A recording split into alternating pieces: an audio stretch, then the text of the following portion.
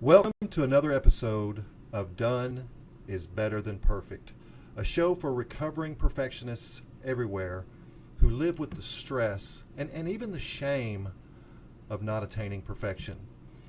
Now, before we get into our topic on change today, I wanted to give you a spoiler alert. I was out of town recently working with an organization, and I discovered something that kind of hits me deep to my core because it affects not only my adulthood, but my childhood as well. This cereal, which I loved to consume as a child, and I still eat occasionally as an adult, that boasts of fruity flavors and many colors, is really one flavor with different colors. The flavor is lemon. Now, think about this. In my mind, I've always thought of all these different fruits creating one flavor in my cereal. And to find out now that it is just lemon has got me in a little bit of a mental quandary. I'm not sure I know how to deal with this. I don't know if I'm angry about this. I don't know if I'm frustrated by this. I guess I'm still in the mourning process of not really understanding how I feel about this deception, this false narrative around a food that I loved. So if you're like me and you love this cereal, let me know what you think. Comment below, let me know your thoughts that all of these fruit flavors are really just lemon flavors with different colors. I would like to hear your thoughts to see if this is something that has, I guess, affected you the way it affected me. So like or comment below. Oh, and by the way, if you enjoyed today's show, please subscribe to the channel and ring the little bell so that you'll get notifications each time I post new content. Now, I also have a quote that I wanted to share with you for Aggie Nation. So if you notice, I'm wearing my Aggie shirt today in honor of Texas Aggies everywhere. But there was a quote recently from Jimbo Fisher, the head football coach. And I'm going to read this quote and just get your thoughts on the humor that Jimbo brings to Aggies everywhere. So here's what he said. I was recently escorted by security into a local bar for an event. And he said, funny. I used to be escorted out of places like that by security. Gig 'em Aggies. So let's talk about change. Today's topic is something that many organizations struggle with. So I wanted to give you two perspectives. I wanted to give you both an internal perspective for us as individuals, and also wanted to give you an external perspective on how change can not only be embraced, but become something that you thrive upon, or that you seek, or that you work towards, both as a person and as an organization. So there's a quote that I like to start with that says, people don't fear change, they fear changing. Think about what that means. We all agree that change is necessary, but we don't want to be the ones doing the change. Great people go to work on their lives, not just in their lives. And they live with this intention for change that means living fully versus just existing. And if you remember, think about the definition of insanity. The definition of insanity is doing the same thing over and over and expecting different results. How can we improve without changing? If we keep doing what we've been doing, we're going to keep getting what we've been getting. And I think that's the problem that we encounter when we think about change as something that both affects us and the people and every facet of our lives. So I want to know if this is true. Do you think that most people want to change the world around us so that we can remain the same? Everything else is broken and we're just fine. Or we're even perfect. It's not us that needs to change, it's everyone else. And people ask me, they say, John, are you talking about change for the sake of change? And when I first heard that question, I was like, well, that doesn't sound like an answer that I want to say yes to. But as I thought about it, as I processed it, as I dealt with it, my answer is yes. I think it is change for the sake of change. That we need to think of change like a muscle, that we have to flex it, so that we get good at it, so that we get strong at changing, so that we can find improvement in all facets of our lives. You know, organizations that resist change are usually backward looking instead of forward looking. I was teaching a class this week and I heard someone say, what if someone says that's the way we've always been doing it? Or we've been doing it that way for 20 years. Isn't that dysfunctional? And I said, absolutely. So I want to tell you a story about a real life change in an organization that created more success than probably any human ever imagined. And the story starts with Pokemon Go. I want you to think about that game.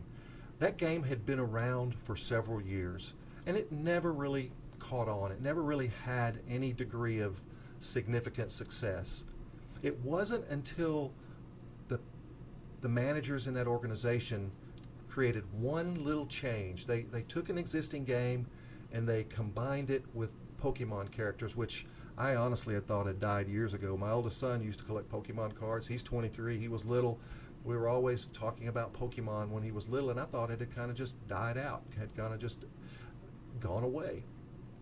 But when they combined those two things, that existing game with the Pokemon characters, they created something that blew up like I've never seen in business. Think about that. 2 years ago, in July, Pokemon Go generated $200 million in revenue in 1 month. A free game was able to generate $200 million in revenue in 1 month. And I thought, man, I will never see anything like that again in my life. I will never see something that burns that hot, that grows that big, that affects almost every human being in the developed world. I remember we used to have to go look for Pokemon. My youngest son would say, hey, Dad, there's Pokemon in town. We need to go by the bank. There's some Pokemon there. Anybody that has children or young people in their lives were impacted by Pokemon Go. And I said, that's it. It burned so hot, I said, there's no way that it would ever happen again. It was a one-time phenomenon in my life. And I was wrong. Last year, in February, a free game that's available to anyone who wants it generated $400 million in 1 month. $400 million in revenue in 1 month. And the game is still going. Many of you that are listening might actually even play that game. Of course, the game is Fortnite. So what if you are just one small change away from something amazing, something remarkable? You know, I think this innate desire to remain the same is one that's built more out of comfort and fear than it is opportunity. So I have some questions I want you to write down. And, you know, if you have to pause the video and go back, it's fine. But these are questions that I want you to write down somewhere, and I want you to really think about the answers to these questions. So your first question is this: what do I wish my life to look like? If you look at what your life is right now, what do you wish it would look like? Question number 2. How do I want to be with others in my life? How do I want to be with others in my life? How can I be deliberate about how I exist for others in my life?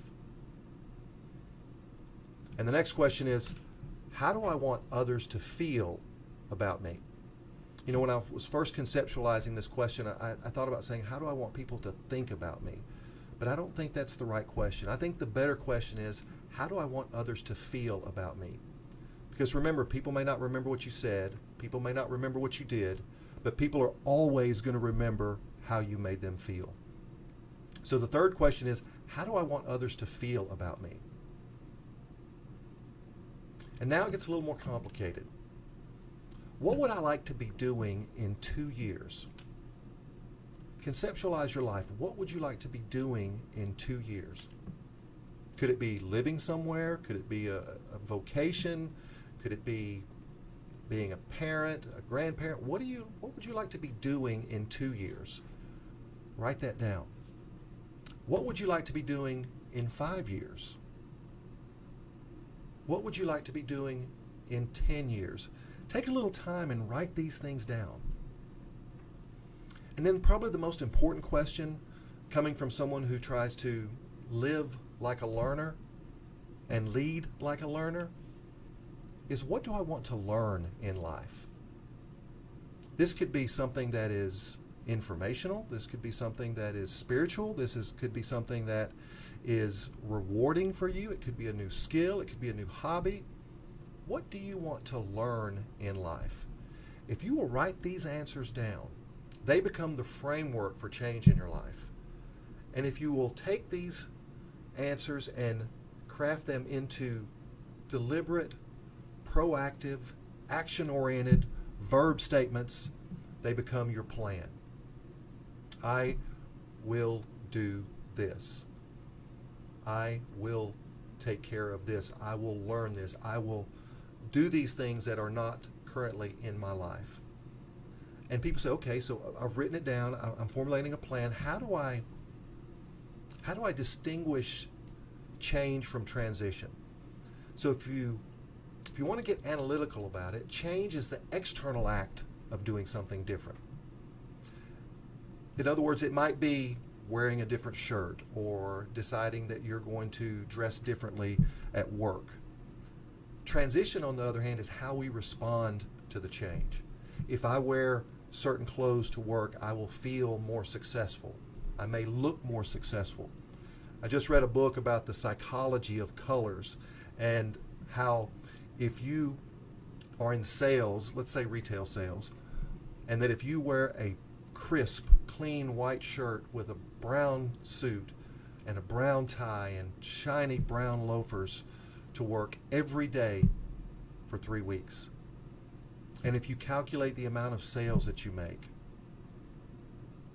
and then at the end of that 3-week period, if you will wear a navy blue suit with a red tie, polished black loafers, the author went on to say that your sales will increase considerably in the second 3 weeks because of the change from brown to blue. He said there's a book that talks about the psychology of colors, and it's just proven that if you wear that color versus this color, you're going to be more successful.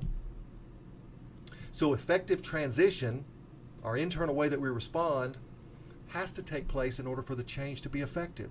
We have to believe that we're going to be successful in order for that success to be realized and often attained. We have to have the confidence that if I make these changes, my life is going to improve, whether it be marginally or significantly.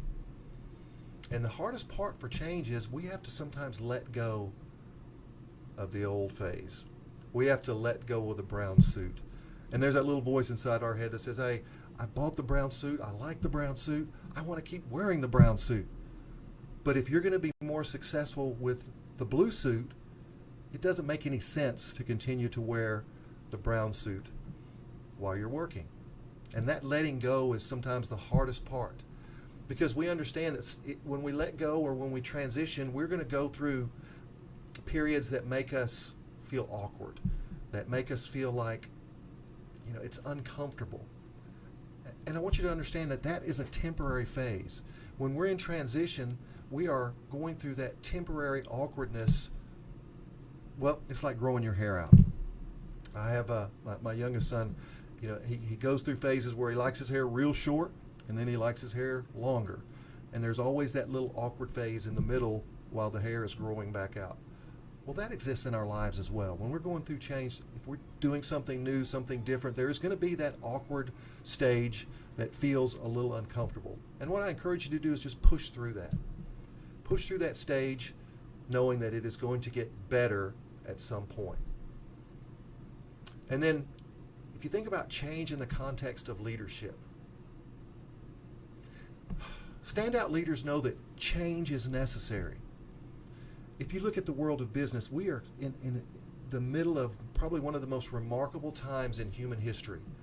We're going through this information age, this transition with the internet that has created a different experience. For me to be able to come to you in this format and share information on a platform that's completely free, and everybody in the world that has access to YouTube can have this training for free.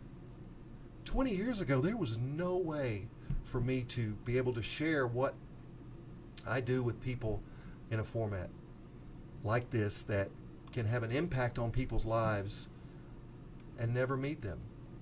They only know me because someone shared this video, or because someone liked this video or posted this video on Facebook. I can have an impact on people a world away sitting at my desk. This time that we live in is nothing but change. You know, you think about a 12-year-old girl sitting at her kitchen table with a wireless laptop connected to the internet, and that girl has to do a report on George Washington. How many pages of information can that girl get sitting at her kitchen table? It's infinite. More information than she could ever consume. Now contrast that with me when I was 12 years old. I lived in the country. I did not have access to a library.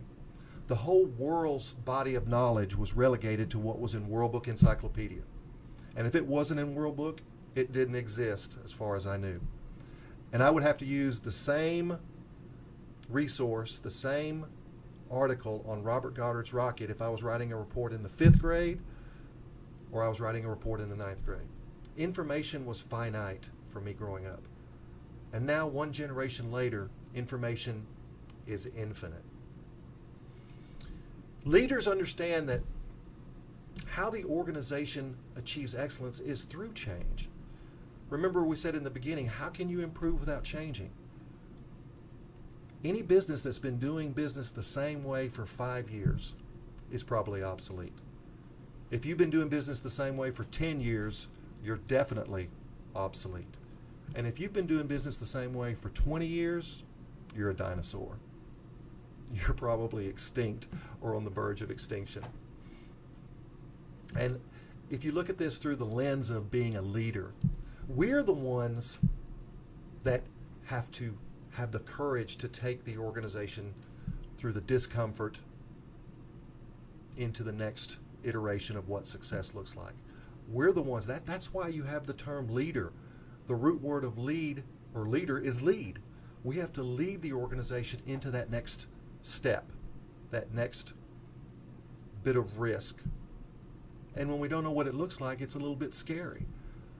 So both individually and organizationally, I think fear is the root of the boat anchor that holds us back from change. Now, boat anchors can also be individuals as well. And the boat anchors in our lives are people that probably love us, but they're the people that hold you back, that say, no, don't take the risk. Don't start the business. No one wants to read your books. You know, no one wants to hear you sing. And they're not doing it because they're wanting to hurt us. They're doing it because they want to protect us. They want to keep us from feeling the loss or the pain, or maybe even just feeling the awkward situation that accompanies change. You know, I think about how we as parents in the United States it seems like we've evolved from helicopter parents hovering over our children, and now it's become more like lawnmower parents, where we're blazing the path for our kids and we're staying right in front of them so that they don't encounter any struggle, any difficulties, any challenges in life, and that we prescripted their lives for them at an early age. Think about how some parents in Europe are a little bit different. And this is a hard question. What if your child, your son or daughter, upon graduation from high school, we're in graduation season right now, what if they told you, Mom, Dad, I'm not going to go to college right away. I'm going to fly to Europe and I'm going to backpack across Europe. And I'm not asking for any money. I'm just going to work as I go. I may wait tables. I may work in a factory. I may work on a farm. But I'm just going to go spend a year discovering myself, trying to figure out what I want to do for a living. How do you think most American parents would deal with that situation? I don't know how I would deal with it. But it is more common for European parents to let their kids come to the United States, take a gap year, take a year off, take a year before school, and just experience what it's like to be young and to be unattached to a job, to an individual, to a family, and discover themselves. That's the kind of change I'm thinking about as I share this information with you. How do we embrace the discomfort, not only for ourselves, but for the people that we love, so that they may be able to find something magic in their lives? A brave thing. Whatever station you are in life, be it the beginning, the middle, or the end, I want you to just conceptualize one brave thing that you can do. One thing that catapults you into your discomfort zone. If it's going back to school, then sign up for a class. If it's putting your poetry out there for someone to read it and judge it, put it out there. If it's having a child, if it's getting married, whatever that change is that requires you to be brave, along with the questions we just answered, I want you to conceptualize what that brave thing might be. And I know there's risks. I know there are sleeping bears out there that if we come across them, we might get eaten. But folks, that risk, that discomfort zone is where the magic is. The magic in life happens outside of our comfort zone. How do we get into that discomfort zone that we can find the beauty that life has to offer? How do we go into that discomfort zone so that we can find the magic that life has? There are people that are listening to this that are probably very stagnant. They're looking for something. They're searching for something.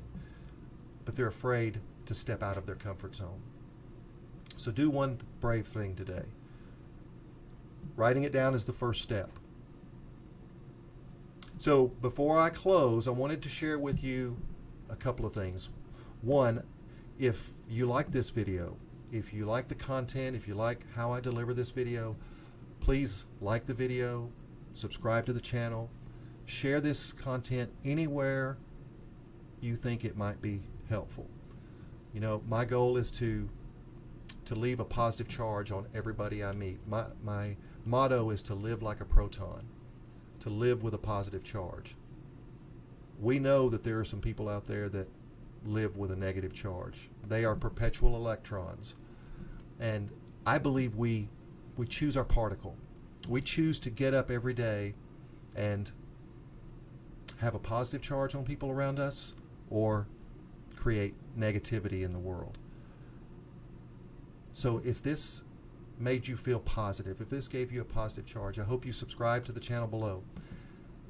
And one more free gift. If you will go to www.johngrubbs.com, that's johngrubbs.com, at the very top of my homepage, you can get my first leadership book for free.